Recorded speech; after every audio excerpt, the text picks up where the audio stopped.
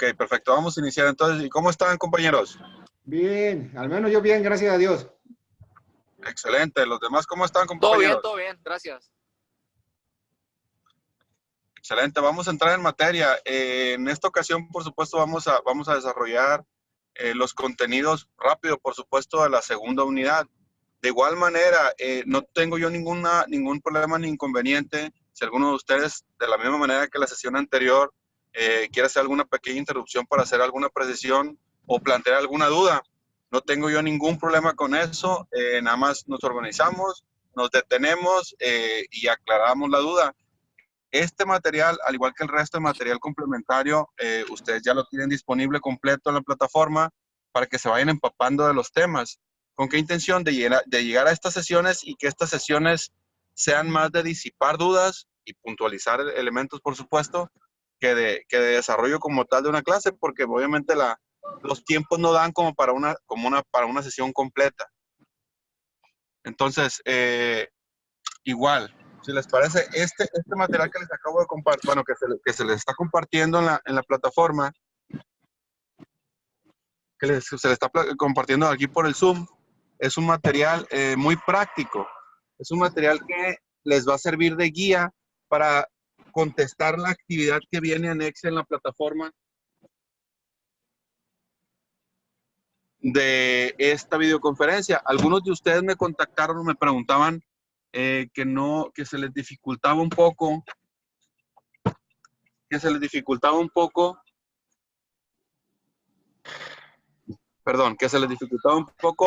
realizar la actividad debido a que no tenían una guía. Entonces, elaboramos estas guías por unidad. ¿Qué les parece? Muy bien.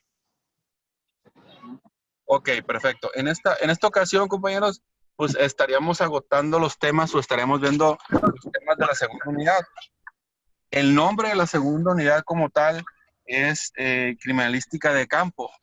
Vamos a iniciar el tema de la criminalística de campo partiendo pues, de lo que por supuesto la lógica básica nos dice de qué sucedería cuando ustedes, al momento de que se presente un crimen o un hecho criminal, ya sea ustedes como autoridades o como entes periciales o como primeros respondientes o incluso como abogados o como trabajadores de algunas otras áreas que tuvieran que tener en cuenta que se tuviera que realizar o qué acciones se tuvieran que realizar particularmente para garantizar no transgredir el marco jurídico aplicable. Obviamente partimos ¿de qué? Del hecho criminal como tal. Se presenta un delito. Ustedes bajo cualquier responsabilidad como autoridad o como parte de los afectados o como parte de familiares de la víctima o siendo víctima, incluso siendo el probable responsable o el probable supuesto responsable, digo, porque probablemente puede ser una conducta, no sé, a lo mejor lesiones por repeler una agresión. A lo que me refiero que sea una conducta justificada. O un ejemplo, un homicidio justificado por defensa personal, legítima defensa. Entonces, necesitamos identificar todos los parámetros, todas las vertientes. Obviamente, depende del enfoque que lo evaluemos, serán los principales elementos a destacar o a desarrollar, ¿no? Que nos importen o que más nos interesen tomar en cuenta.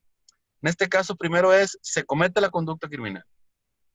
Y del enfoque que nosotros estamos viendo, del interés que nosotros nos estamos viendo, pues primero es identificar la escena del crimen, identificar el cuerpo criminal, identificar físicamente dónde se desarrolló la conducta criminal. Por supuesto, va a haber una escena del crimen, un lugar de los hechos, un lugar donde se desarrolló la conducta criminal. Esto, por supuesto, digo, no conlleva mayor complejidad si ustedes quieren verlo así muy básico, y me refiero a muy básico de la lógica que nos dice, pues si quieren verlo de una manera, o si queremos verlo, ejemplificarlo de una manera coloquial, pues al final de cuentas a lo mejor nos tocó ver un choque. ¿Por qué? Porque hay hechos que pueden ser constitutivos o catalogados como un hecho criminal, desde tan básicos como un choque donde no llegamos a un acuerdo. Digo, yo creo que tenemos que verlo desde esa perspectiva, ¿no? Y obviamente, pues hay conductas que, que tienen consecuencias mucho más graves, ¿no? Pero lo primero que tenemos que ver es identificar el lugar. Por supuesto, velar por la protección del lugar de los hechos. Lo marca aquí, si lo vislumbran en el cuarto párrafo, habla de la protección de los hechos. Si somos, por supuesto, primeros respondientes, ¿qué nos va a interesar? Bueno, identifico el lugar, busco proteger, de ser posible que pues, acordono la zona, acordono el área donde voy a desarrollar o donde voy a desarrollar las diligencias para el recabamiento de los indicios criminales para que después en un momento se conviertan en datos de prueba.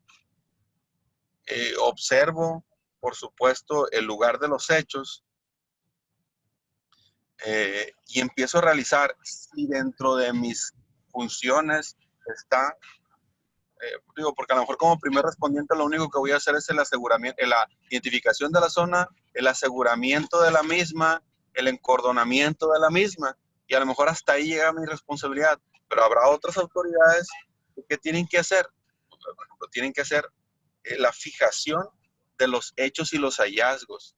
Hay ciertas técnicas o métodos que se utilizan obviamente para la fijación y en un momento determinado para el embalaje. Hay algunas numeraciones que regularmente se utilizan para darle una consecución a los hechos o en un momento determinado para darle una explicación a los mismos. Esto no es más complejo, compañeros, y yo así se lo recomiendo ver, que hay que entender que con la lógica básica aprendamos a sistematizar la información. Y si quieren podemos poner ejemplos básicos. Yo les hablaba ahorita de un ejemplo muy básico de, no sé, de un hecho de tránsito.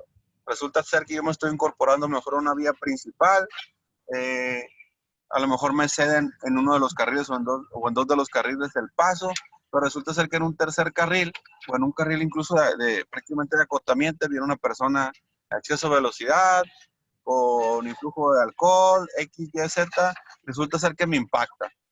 Entonces, yo como el supuesto afectado, y digo supuesto afectado por lo que les voy a comentar ahorita en este momento, como supuesto afectado, ¿qué me interesa?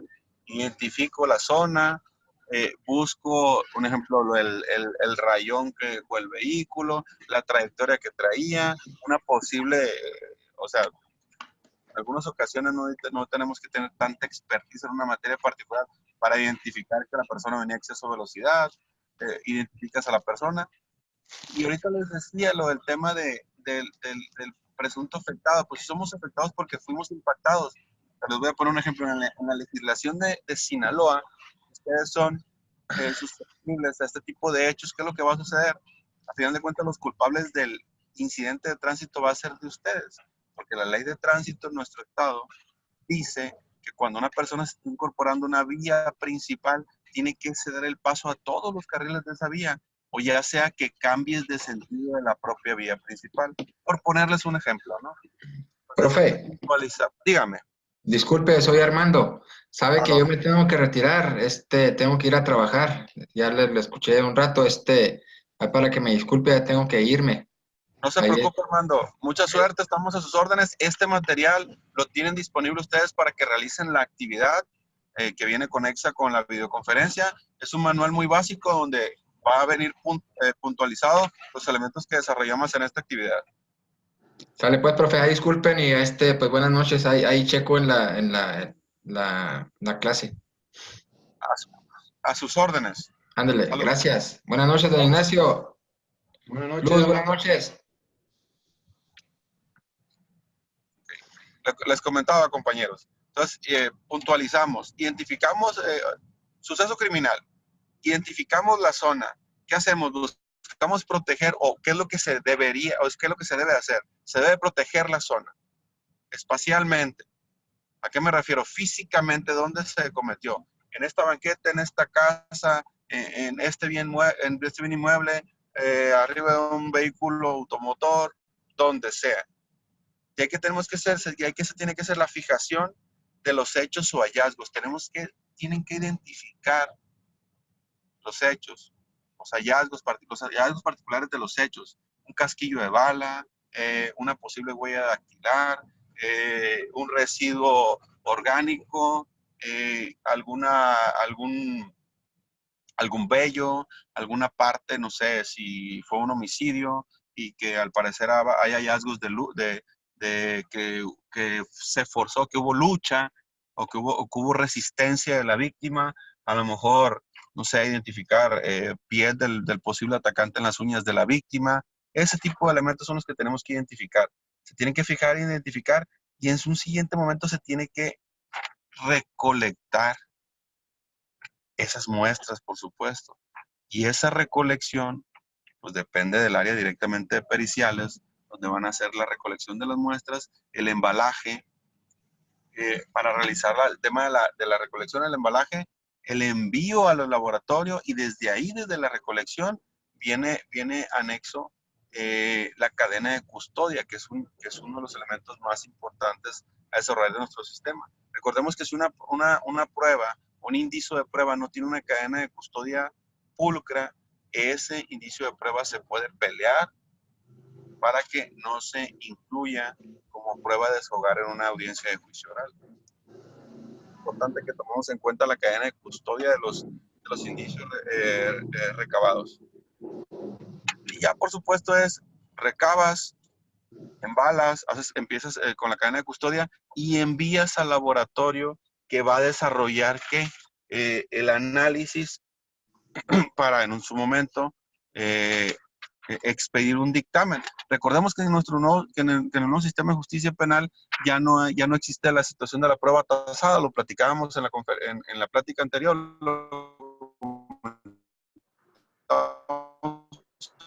anterior, ya no existe la prueba tasada. ¿A qué me refiero con eso? Ya no el simple hecho de expedir un documento de la autoridad jurisdiccional y hacer sujeto de interrogatorio y contrainterrogatorio para defender la cientificidad a tomar en cuenta. Y por supuesto, de esta materia hay que ponderar mucho el tema de la cientificidad de la prueba. Los porcentajes de fiabilidad de las pruebas periciales es muy, en muchas ocasiones es TN por el porcentaje de fiabilidad, pero hay otras pruebas como la prueba de que identificamos los medios. Hay que tener claro que hay distintos caracteres de estos medios probatorios. En un primer momento lo definimos o lo conceptualizamos como un indicio. Es un indicio. Oye, pues encontré una prueba parcial. Es un indicio probatorio, no es una prueba. ¿Cuándo se convierte en evidencia este indicio? Se convierte en evidencia cuando lo recaba el perito. ¿Cuándo se convierte en prueba? Se convierte en prueba cuando después del primer momento fue indicio, se recabó, se mandó al área pericial, se hizo la comparación y se defendió ante una autoridad jurisdiccional. En ese momento se convierte realmente en prueba. Cuando esa información se desahoga ante una autoridad jurisdiccional. Esos son los tres niveles o las tres conceptualizaciones que vamos a identificar o que debemos de identificar de cómo incluso mencionar o conceptualizar esos elementos a identificar según la etapa. Indicio, evidencia y prueba. Los que nos están acompañando, que ahorita hasta aquí no alcanzo a identificar cuántas personas son, ¿tienen alguna duda con respecto a esto? A la primera parte de la identificación de la escena criminal, el aseguramiento de la misma, el recabado de los indicios de prueba, el embalaje de los mismos y el enviado hacia las áreas de los laboratorios para que se realicen los dictámenes periciales. ¿Tienen alguna duda de esos pasos básicos?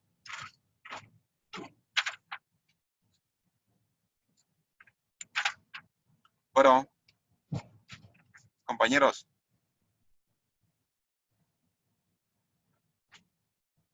Compañeros. Tenemos apagados los micrófonos, maestro. Perdón, disculpen. ¿Tienen alguna duda hasta ahí, hasta esa parte? Le estaba diciendo yo que si eran, ¿cuáles son las tres etapas? Ese primero es el indicio. Primero lo vamos a conceptualizar como indicio. Cuando en la Ajá. escena criminal vemos algún indicio o algún elemento que decimos que nos llama la atención, como peritos Ajá. especialistas o incluso como policías de investigación. Oye, me llama la atención que, no sé, el rigor mortis de la víctima, o me llama la atención la posición en la que está, me llama la atención en su desgarramiento de la ropa, me llama la atención que están mal acomodados estos retratos. Es un indicio. Se van a Ok. recabar de ese indicio información. Cuando se recaba por los peritos, en ese momento se le va a denominar evidencia. Ahí hay una evidencia que ya está recabada.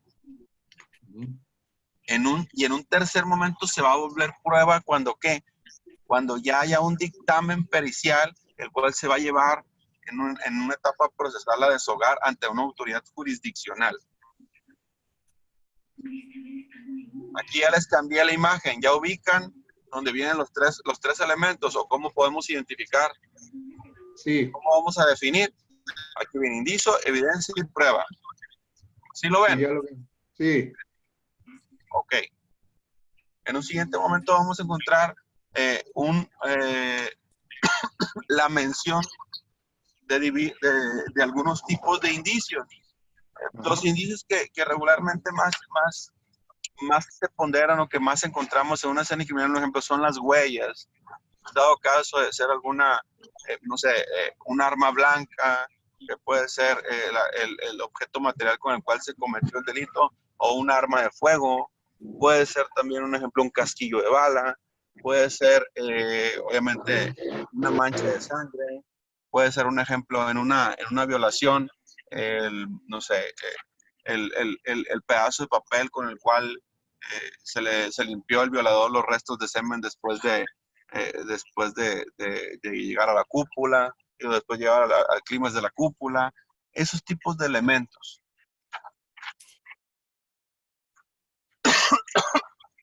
Perdón, disculpe. Okay. Como tal, en la primera etapa, cuando llegamos a la escena criminal y vamos identificando los indicios, tenemos que ser muy puntuales al momento de irlos identificando. Los indicios, por supuesto, tiene que haber, les decía, tiene que haber una consecución lógica, primero de la identificación. ¿Por qué? Porque los individuos que llegan ahí van a hacer un primer barrido, una primera inspección. Imaginémonos que nosotros somos los primeros respondientes, o en su momento que nos convertimos en ¿qué? En los peritos que llegamos a la escena. ¿Qué es lo que va a suceder? Pues Sí.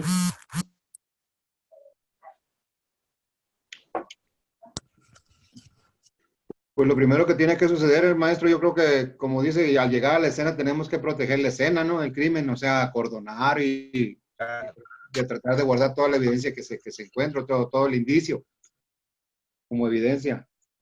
por supuesto, es que primero identificar los indicios, a lo mejor con inspección ocular, ¿de acuerdo? Primero los identificamos los indicios, de manera que aquí hay una mancha de sangre, aquí hay un líquido que parece, no sé, orina, pero puede ser algún otro tipo de líquido. Aquí resulta ser que hay un vaso, resulta ser que hay, no sé, una posible huella, hay el forzamiento de una chapa, aquí probablemente aquí está algún indicio. Vamos a identificar y ya los peritos van a empezar a recabar esos indicios. Pero tiene que haber una revisión sistemática y lógica de la escena del crimen. Les digo, imaginémonos a nosotros llegándonos como expertos, como encargados de hacer una revisión de una escena criminal. Primero, obviamente, vas a buscar garantizar que esté resguardada y aislada la zona. Después que no cualquier persona tenga acceso, y vas a empezar a hacer una revisión sistemática. A ver, ¿qué hay aquí? ¿Qué hay acá? ¿Qué hay allá? Aquí se encuentra esto, aquí se encuentra esto. Vamos a encontrar diversos tipos de indicios, entre los cuales, por supuesto, se destacan los químicos, los físicos y los biológicos. Vamos a identificar, como digo, a lo mejor rastros de piel en las uñas de la víctima, si a lo mejor es un homicidio donde hubo forcejeo. Eh, vamos a encontrar, podemos encontrar N cantidad de indicios. Vamos a encontrar tantos indicios o tan complejo pueda ser la identificación y el recabado de los mismos como tan compleja sea la escena del crimen. Porque a lo mejor, imaginemos, como casi no se da aquí en nuestro estado violento, si es una ejecución. ¿Qué pasó? Atravesaron el carro, hubo una descarga, impacto, hubo un fallecimiento y las personas se fueron a la vida. ¿Qué indicios voy a ubicar? De entrada, pues obviamente al individuo con los impactos de bala, que estaba a lo mejor de pie o que estaba o sea, que estaba en la banqueta o estaba fuera de su casa o estaba en un vehículo automotor si venía otro y se lo atravesó y lo que hubo en acción. Eso. Entonces, las modelos de conducta. Luego que vamos a identificar, a ver si encontramos los casquillos. Después, ¿qué vamos a buscar? Bueno, vamos a ir ampliando nuestro rango de análisis para poder identificar estos indicios. Como les decía, pueden ser indicios químicos, físicos o biológicos. Un ejemplo, en esta situación que yo les planteo, a lo mejor con ese tipo de ejecuciones, ¿qué puede pasar? A lo mejor un indicio se puede volver, no sé, una cámara de C4 que es clandestina o que se encontraba a cientos de metros atrás, donde podemos empezar a identificar ni el agresor. Es que para llegar a ese punto, obviamente, primero analizamos qué, el fallecido, el finado. Luego, en el entorno donde se encuentra el finado. Luego, ¿qué elementos de ese entorno nos pueden permitir a darnos elementos o datos, en este caso indicios, que después se van a recabar para qué? Para que se vuelvan medios probatorios y pruebas a desahogarse en la etapa procedimental conducente. ¿De acuerdo con eso? Sí. Voy a tratar de no ir tan rápido. Al final de cuentas, pues les digo, el material es una guía totalmente, el material que les compartí. Habla de los 3 tipos de elementos que podemos encontrar, químicos, físicos y biológicos. Por supuesto, vamos a encontrar que algunos de ellos... Profe, una pregunta. Hay físicos, químicos. Dígame, a sus órdenes. Estas diapositivas que nos tiene ahorita en pantalla, ¿están en la bibliografía o no?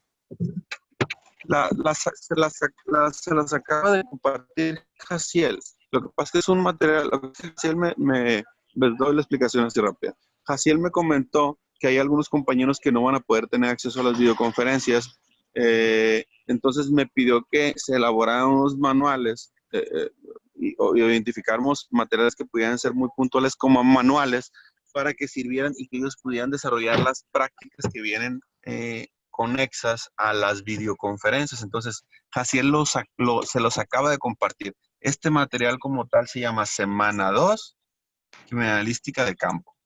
Esta es la denominación que tienen en el material que, les repito, ya se complementó el material de la plataforma con estos pequeños segmentos de manuales. Okay. No sé si recuerdan que algunos de ustedes, les comentaba al principio, algunos de ustedes me decían, oiga, pero entonces, ¿qué voy a hacer con la actividad que me pide? Si fue un poco lapso o difuso o faltó puntualizar el tema de la videoconferencia. Les digo que utilicen el material de apoyo. En este caso, estos pequeños manualitos que ya están en la bibliografía les van a servir muy puntualmente para desarrollar esas actividades y obviamente para desarrollar y complementar el demás material que se les había compartido. Ok. Gracias, profe. No sé si con eso disipo su duda. Sí. Profe, pero por ejemplo, profe, esto que estamos viendo en las diapositivas, esto no nos los puede mandar a nuestro correo. Sería cuestión que por el grupo me pongan sus correos o que me dieran algún correo de alguno de ustedes o si tienen un correo grupal y también se pudiera hacer llegar. Les digo, todo está en la plataforma, ¿no? Este material, incluso lo que pasa es que este material se terminó de elaborar a petición expresa de la administración, se elaboraron estos manuales muy puntuales y les digo, por eso hasta hoy se compartió, por eso a lo mejor no están familiarizados con ellos, pero se van a dar cuenta que, un ejemplo, para la tercera videoconferencia, que en realidad no va a ser una conferencia, no va a ser una videoconferencia, sino va a ser un material audiovisual que ya va a estar cargado en la plataforma, o sea, no voy a ser yo, va a ser una persona que haga una explicación, va a haber también un material que va a servir de guía para eso que se desarrolla. Y para la última unidad, que sí vamos a estar en videoconferencia, también van a tener ya en plataforma ese material. Ya lo tienen, Jaciel ya cargó todo el material, yo le hice llegar el día de hoy los 4 materiales puntuales, uno por cada unidad, que Sí, son así es, manuales profe. muy concretos y Disculpe, muy que le básicos. interrumpa. Este material que están viendo ya está en la unidad 2. Ah, ok. Ajá, así es. Ok. Disculpe, profe, adelante. No se preocupe, lo que pasa es que tenían la duda que si se los mandaba por correo. Digo, pues a final de cuentas, parte de la función de la plataforma, pues es esa, ¿no? Que tengan ellos acceso al material, ¿no? Y estos son Así manuales es. muy puntuales. Ok. Entonces, no sé si tengan alguna duda en esa situación o continuamos. No, yo tengo una duda, pero no acerca de lo que nos está compartiendo, sino cuándo vamos a poder ver lo de la tercera unidad, o sea, cuándo va a estar en la plataforma. Ok, eso yo creo que Jaciel se los va a poder contestar. Lo más probable, pienso yo que lo van a poder identificar a partir de que materialmente inicie la tercera unidad, que sería De, a partir del lunes de la semana de igual próxima. manera, Es lo que yo... mañana mismo se lo puedo subir para que lo vayan viendo. Ah, Ok, excelente. profe. Gracias. Así es. Excelente. ¿Tiene Adelante. alguna otra duda, compañeros, o continuamos? Continúe. Continuamos. Continuamos. Ok, perfecto. Entonces, les comentábamos. Vemos los tipos de indicios o la conceptualización de los mismos depende de la etapa. Después, ¿qué es lo que vamos a hacer? Tenemos que identificar que va a haber ciertos indicios que van a poder ser trasladados y otros que no van a poder ser trasladados. Esto es importante identificar. Cuando un indicio no se ha trasladado, no vaya a poder ser trasladado como tal, ¿qué es lo que creen ustedes que se hace? Bueno, puntualmente, se toman evidencias de este indicio que no puede ser trasladado como tal. Un ejemplo, un residuo orgánico pues puede ser trasladado regularmente. Póngale, no una mancha de sangre como tal, pero a lo mejor una muestra de esa mancha de sangre recabada a través de un isótopo especial, por supuesto, y embalado para que después se mande a analizar. A lo mejor un vello, probablemente, no sé, N cantidad de indicios que son probablemente, que se pueden recabar. Los que no se pueden recabar regularmente, por lo menos se toma una evidencia fotográfica del mismo. Y en dado caso de que exista algún indicio, cual ni siquiera se pueda tomar una fotografía, lo que se busca es que haya una persona que en su momento sea quien haga la manifestación de la existencia de este indicio probatorio. ¿A qué me refiero? Que el primer respondiente, por decir algo, que el primer agente policíaco que llegó al lugar identificó que había ciertos elementos, la composición, o que materialmente estaban ciertas personas ahí, o que hubo, no sé, pensemos en algo muy extremo, que haya habido a lo mejor algún residuo no sé, el desprendimiento de la falange de un dedo meñique y resulta ser, no sé, vamos a vernos extremos si ustedes quieren, ¿no? Pero llegó a lo mejor un animal, porque estábamos en una área despoblada, llegó un animal, o un perro si ustedes quieren y se lo llevó. ¿Cómo lo vas a recabar? Bueno, le digo, estamos en un supuesto muy extremo, si ustedes quieren, pues, pero puede llegar a suceder.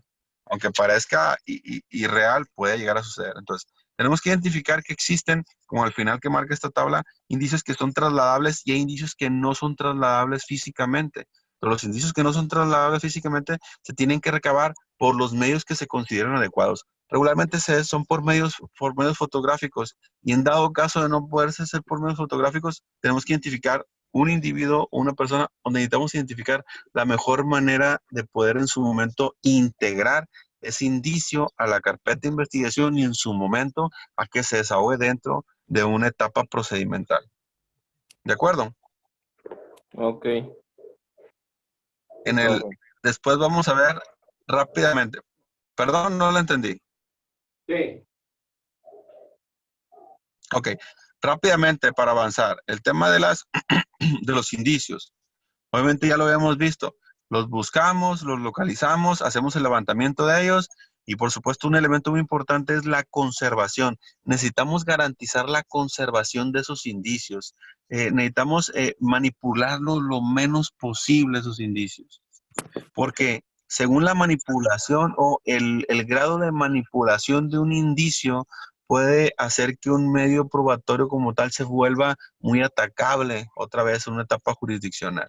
Al momento que el propio primer respondiente, el perito que hace el levantamiento y el embalaje, y luego el perito criminalístico y después el perito que desarrolla la prueba en el laboratorio, si ustedes quieren, hacen la explicación de cómo se desarrolló la cadena de custodia y si identificamos elementos de que hubo una manipulación de ese indicio es muy atacable, muy pelable, se puede buscar que se desestime o se deseche ese medio probatorio o que baje en un importante porcentaje el impacto que va a tener una decisión del ente jurisdiccional, por supuesto.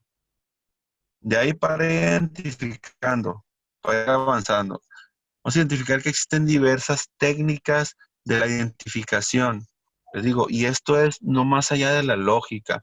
¿Cómo podemos identificar? Dentro de la escena criminal podemos identificar cuadrantes, podemos utilizar la técnica de espiral.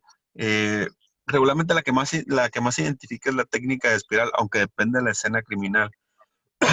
¿Y a qué me refiero con la técnica de espiral? ¿Qué es lo que hacemos?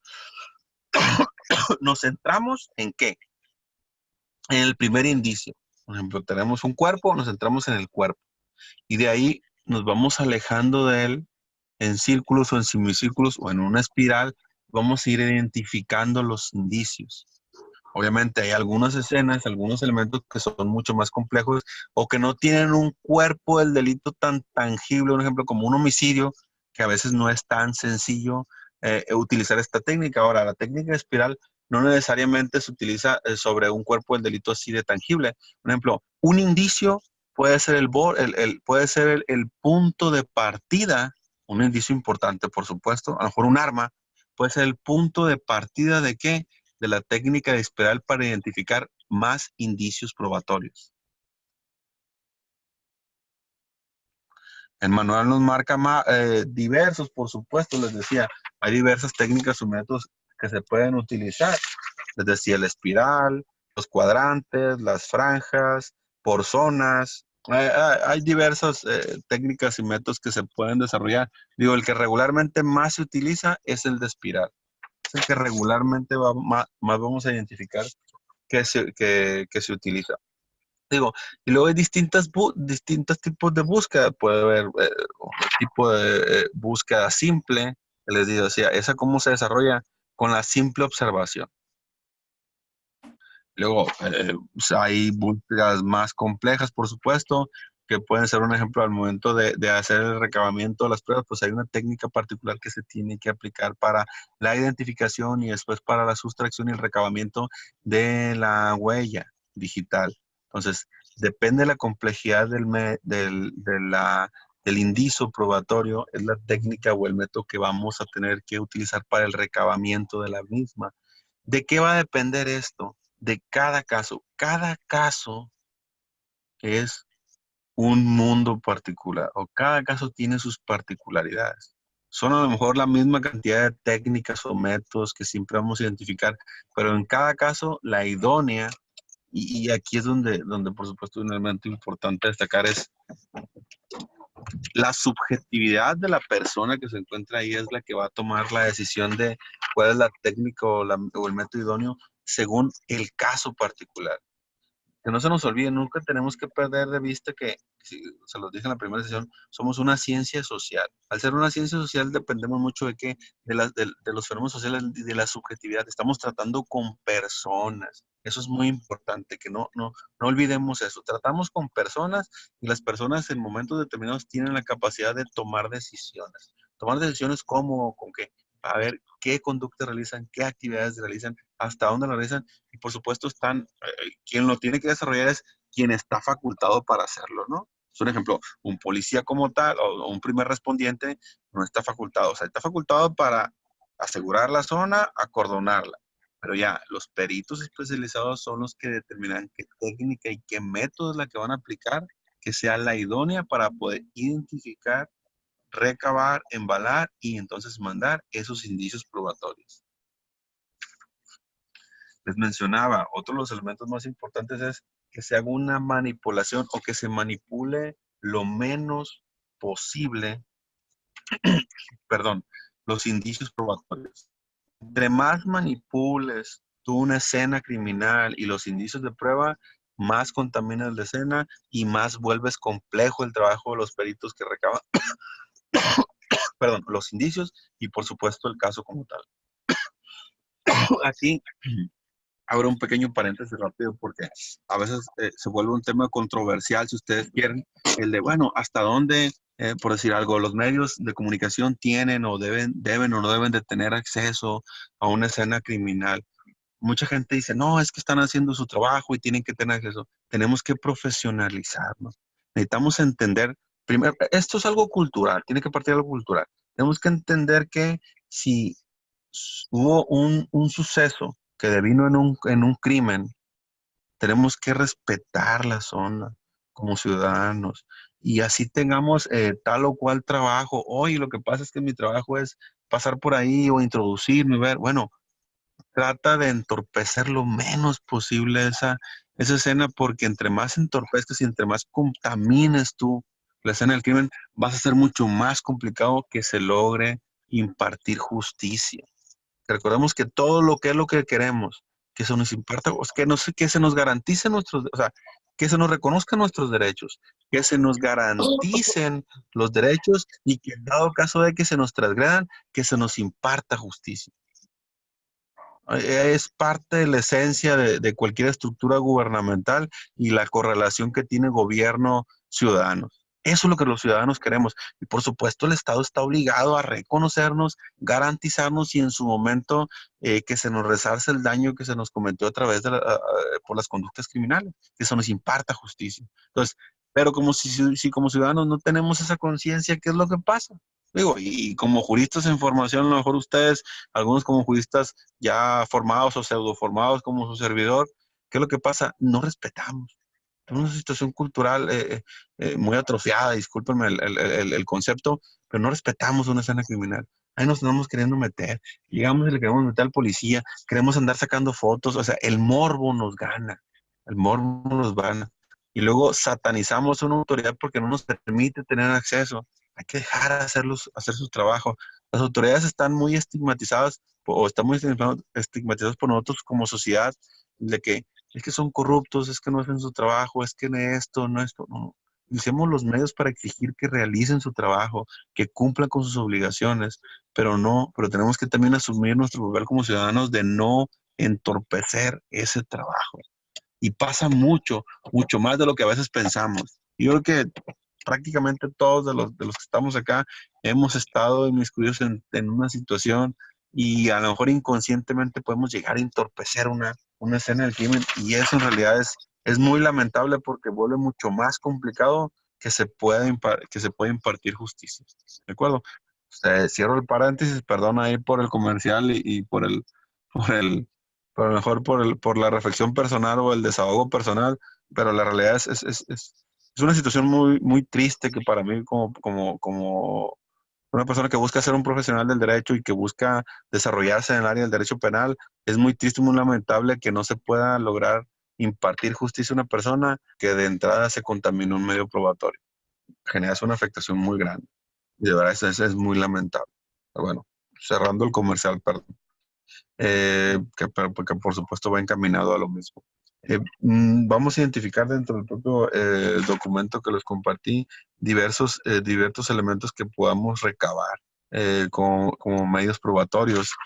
Pueden ser balas, pueden ser casquillos de cartuchos, pueden ser colillas de cigarro, pueden ser drogas, narcóticos, fibras, fragmentos, armas de fuego, armas blancas, pelo, vello, incluso fragmentos orgánicos o partes o residuos orgánicos, incluso miembros de una persona. Yo les hablaba ahorita de una falange, puede ser un dedo, puede ser una mano, puede ser una extremidad completa, puede ser la cabeza. Digo, pueden ser N cantidad de indicios a identificar y que por supuesto hay que recabar, hay que embalar y hay que mandar para que se realicen las pruebas periciales que sean necesarias, ¿no? Hace un ratito les hablaba de las pruebas que no se pueden trasladar. Otra técnica o método que se utiliza para recabar pruebas que no se pueden trasladar son los moldes de yeso. Este tipo de técnicas o métodos son técnicas que no se utilizan tanto porque se ocupa una expertise de un nivel bastante complicado. Desafortunadamente nuestras autoridades pues nuestras autoridades periciales en muchas ocasiones no están tan especializadas en la utilización de estos técnicos o métodos. Solamente se toman fotografías, se recaban los medios o los indicios físicos que se encuentran, pero para sustraer es mucho más complicado utilizar, pero existe la técnica para hacerlo y por supuesto es válida, ¿no? A lo mejor quiero verificar a través de un molde de yeso la profundidad de un orificio que dejó, no sé, un impacto de bala para calcular el calibre de la misma, porque no encontré casquillo y no encontré el cartucho percudido, o sea, no encontré nada, entonces puedo utilizar esta técnica para realizar. Y otros elementos que puedo recabar, por supuesto, son sogas, tierra, herramientas, marcas en las mismas. Son infinidad de indicios de prueba que yo puedo recabar para buscar dar una explicación a un hecho criminal. ¿Cómo se sienten hasta ahorita, compañeros? ¿Vamos bien? Bien, ¿Tienen alguna duda? pues no, hasta ahorita no, profe. No, maestro, está bien. Ok. Rápidamente, les comento que es también muy importante. Es muy importante que se utilicen los medios adecuados para recabar estos medios probatorios. Recipientes, aparatos de embalamiento, que se utilicen los medios adecuados. México es mágico y estamos muy acostumbrados a que utilizamos, no, cualquier cosa para recabar. Es que hago una mexicanada y así no, pues en esta bolsa que se ve más o menos. No, no. Se tienen que recabar. Las áreas periciales tienen que contar con el material adecuado para que se recaben los indicios de manera correcta y concreta, no se contaminen, se manipulen lo menos posible y puedan tener los mejores resultados posibles. Les digo, y es una realidad que ¿Cómo se vivimos. oye, Nos pasa profe? mucho que manipulamos. Les decía, el siguiente punto a desarrollar es la identificación forense. Como tal, la identificación forense, llegan los servicios periciales, el médico forense en cierta escena, serie criminal que va a identificar. Por ejemplo, en un homicidio, qué tipo de muerte existe en el cuerpo cadavérico, si fue una muerte fulminante. Se tiene que identificar los elementos del cadáver como tal. El médico forense es el que los va a identificar, va a recabar los medios que él necesite conducente, rigos mortis, dilatación de pupila, eh, postura del cuerpo, y por supuesto va a determinar la causa de la muerte. Dirán ustedes, no, pero es que eso suena mucho como a película, porque eso es la realidad. ¿Qué es lo que pasa? Llegan los de la funeraria, levantan el cuerpo, se lo llevan y allá en la medicina forense o allá en el área forense ya determinan o ya va un médico y firma. La realidad es que, les decía, desafortunadamente en nuestro México pasa, sigue pasando mucho por zonas aisladas. La gente que pasa, se apoyan en algunas ocasiones las áreas periciales, las fiscalías, las áreas periciales, en que en las funerarias, a veces para hacer los levantamientos de los cuerpos. Eso no debería ocurrir. Pero una cosa es el deber ser y otra cosa es el ser. Y la realidad es que ocurre. Eso, por supuesto, contamina de una manera eh, nefasta una escena criminal, por supuesto. Porque ellos no tienen la preparación, porque ellos no tienen los medios, porque ellos no tienen lo que se debería tener y lo que se necesita para hacer el recabamiento de los indicios, el embalaje, y luego, por supuesto, la transportación sin contaminar un indicio probatorio tan importante como un cuerpo del delito. Pero bueno, eso desafortunadamente es nuestra realidad, ¿no? Y pues también hay que ser realistas.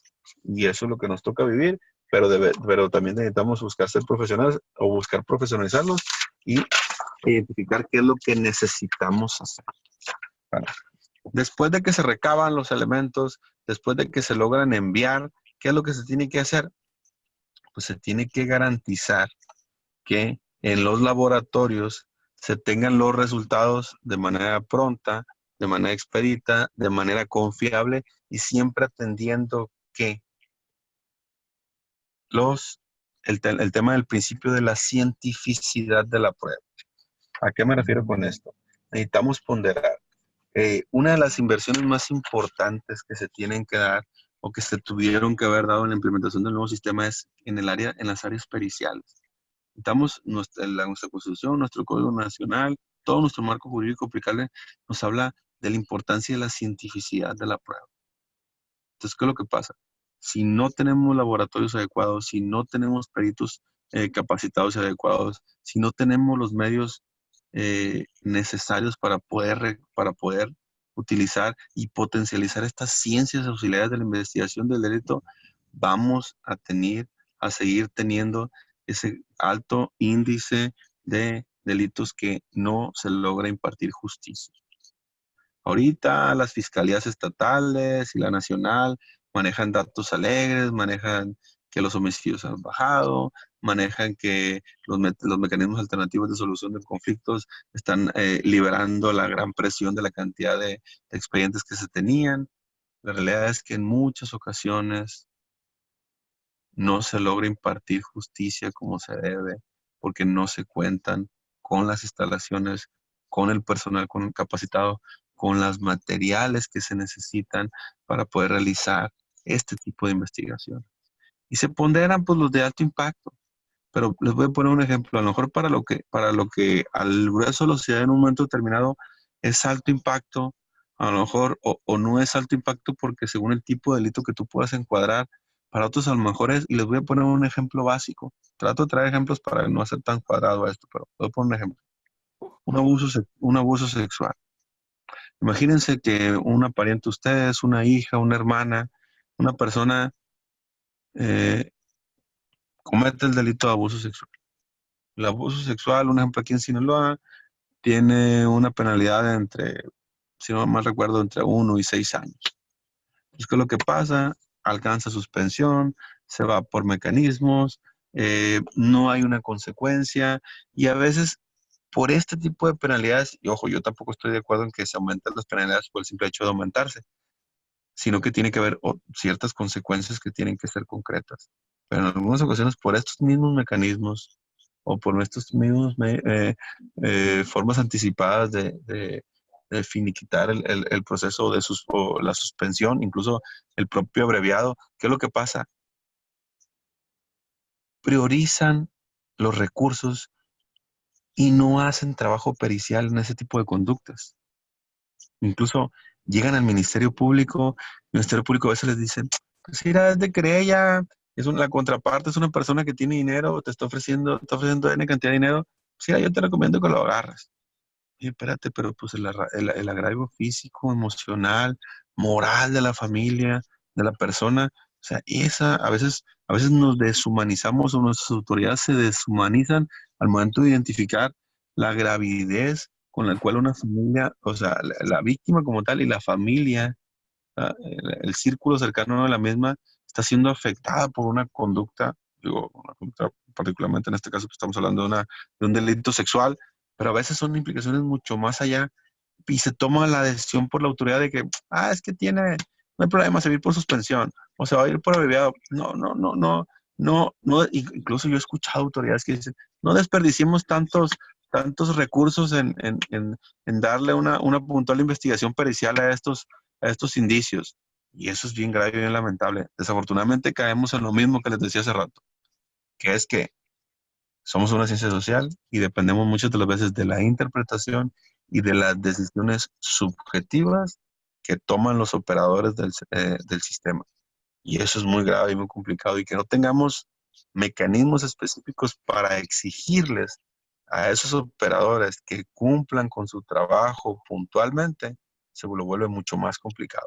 Porque sí existen las contralorías internas y existen algunos procedimientos jurisdiccionales para exigir que hagan su trabajo, pero ese tipo de valoraciones que yo les estoy comentando, créanme, se dan todos los días en todas las vertientes y no hay manera de exigirles, no hay manera de ir más allá.